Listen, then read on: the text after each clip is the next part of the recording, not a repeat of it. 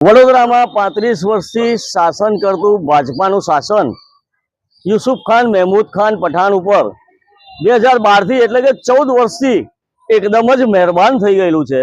અને યુસુફ પઠાણે તાંદલજાની ટીપી 22 નો plot number 90 જે 978 ચોરસ મીટર છે એટલે અંદાજે 10,500 ચોરસ ફૂટ છે, આ જમીન પર દબાણ કરી દીધેલું છે। અને આજે 14 વર્ષ થયા છતાંય એક રૂપિયો એક પાઇપ એની કશું ભરેલું નથી। અને 2014માં જ્યારે એની પર નોટિસ કાઢવામાં આવી, ફરિયાદ થઈ અને નોટિસ કાઢવામાં આવી એના સંદર્ભમાં, ત્યારે યુસુફ ખાન પઠાણ આ નોટિસ લઈને ગુજરાત હાઈકોર્ટમાં સ્પેશિયલ સિવિલ એપ્લિકેશન દાખલ કરે છે। અને સ્પેશિયલ સિવિલ એપ્લિકેશનનું 2025માં ઓર્ડર થાય છે અને આ ઓર્ડરમાં યુસુફ ખાનને ખરાબ રીતે ફટકાર આપીને એની પિટિશન રદ કરવામાં આવે છે। આ રદ થયેલી પિટિશનને લઈને યુસુફ ખાન મહેમૂદ ખાન પઠાણ નામદાર ચીફ જસ્ટિસ ઓફ ગુજરાત પાસે એક એલપીએ દાખલ કરે છે અને એલપીએ દાખલ કરેલી છે એની ગયા 15 તારીખે એટલે 4 દિવસ પહેલા સુનાવણી હતી। એમાં ચીફ જસ્ટિસ ઓફ ગુજરાત સાહેબે ખૂબ ગંભીર રીતે યુસુફ ખાન પઠાણના વકીલને જણાવેલું છે કે તમે જેટલું મોડું કરશો એટલું વધારે પેનલ્ટી ભરવી પડશે। એટલે કે ચીફ જસ્ટિસ સાહેબ એક તરફ નક્કી જ છે કે એને પેનલ્ટી કરવાની છે। આ ઓનલાઈન હિયરિંગમાં બધું જ દેખાય છે।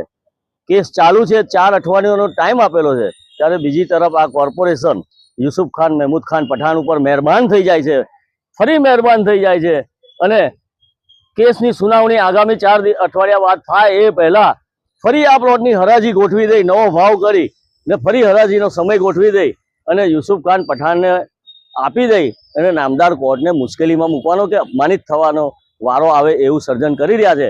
ત્યારે અમે મ્યુનિસિપલ કમિશનર સાહેબ, સ્ટેન્ડિંગ કમિટીના ચેરમેન અને તમામ સભ્યો અને મેયરશ્રીને પત્ર લખીને જાણ કરેલી છે કે જ્યારે ચીફ જસ્ટિસ સાહેબ આનું સંજ્ઞાન લઈ રહ્યા છે, એની ઉપર ખૂબ કડક હાથે કામ કરવાની એમની એ બતાવી રહ્યા છે, તૈયારી બતાવી રહ્યા છે, ત્યારે એમની તૈયારીને ને એમના આ અવલોકનને તમે અપમાનિત કરતા હોય એવી રીતે અધવચ્ચેથી તમે એની હરાજી કરી દો અને એમને નીચું જોવાનો વારો આવે તો બહુ જ ખરાબ કહેવાય। એટલે આ હરાજી તાત્કાલિક અસરથી કોર્ટનો નિકાલ ના થાય કેસનો ત્યાં સુધી રોકી લેવી।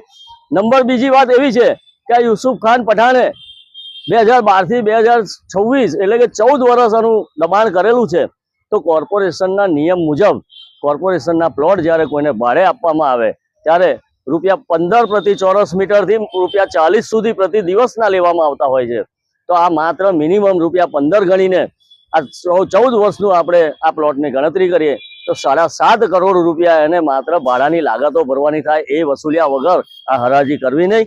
અને આ ભાડાની લાગતો ઉપરાંત લોકોનો ઘરવેરો બાકી હોય તો જેમ તમે દંડનીય વ્યાજ ગણો છો એવી રીતે આની પર દંડનીય વ્યાજ પણ ગણવામાં આવે ને એ વસૂલ કરવામાં આવે અને ત્યાં સુધી હરાજી કરવી નહીં। આ ઉપરાંત યુસુફ ખાન પઠાણનું જ્યારે આ પ્લોટ ઉપર દબાણ છે એ દબાણવાળા પ્લોટનું Gujarat town planning and urban development act મુજબ કે કુદરતી ન્યાયના સિદ્ધાંત મુજબ હરાજી કરી શકાય નહીં। કેમ કે દબાણ હોય તો હરાજીમાં લોકો ઊભા ના રહે ને આની પૂરી કિંમત મળે નહીં, કોર્પોરેશનને નુકસાન જાય। તો આ દબાણ પહેલું દૂર કરવું ને દબાણ દૂર કર્યા બાદ જ હરાજીમાં મૂકવો જોઈએ। એ પહેલા હરાજીમાં મૂકવામાં આવશે તો તમે તમારી સત્તાનો દુરુપયોગ કરીને યુસુફ ખાન પઠાણ જેવા ત્રાહિત વ્યક્તિને ફાયદો કરાવવા માટે વડોદરા કોર્પોરેશનને કરોડો રૂપિયાનું નુકસાન કરાવી રહ્યા છો, જે એક ફોજદારી ગુનો પણ બને છે। એના ગુનાના ભાગીદાર બનો નહીં, એના માટે વિનંતી કરી છે કે આ હરાજી રોકી લો અને કોર્ટનો નિકાલ ના થાય, પેનલ્ટી ભરાય નહીં અને દબાણ દૂર ના થાય ત્યાં સુધી હરાજી યોજવી નહીં।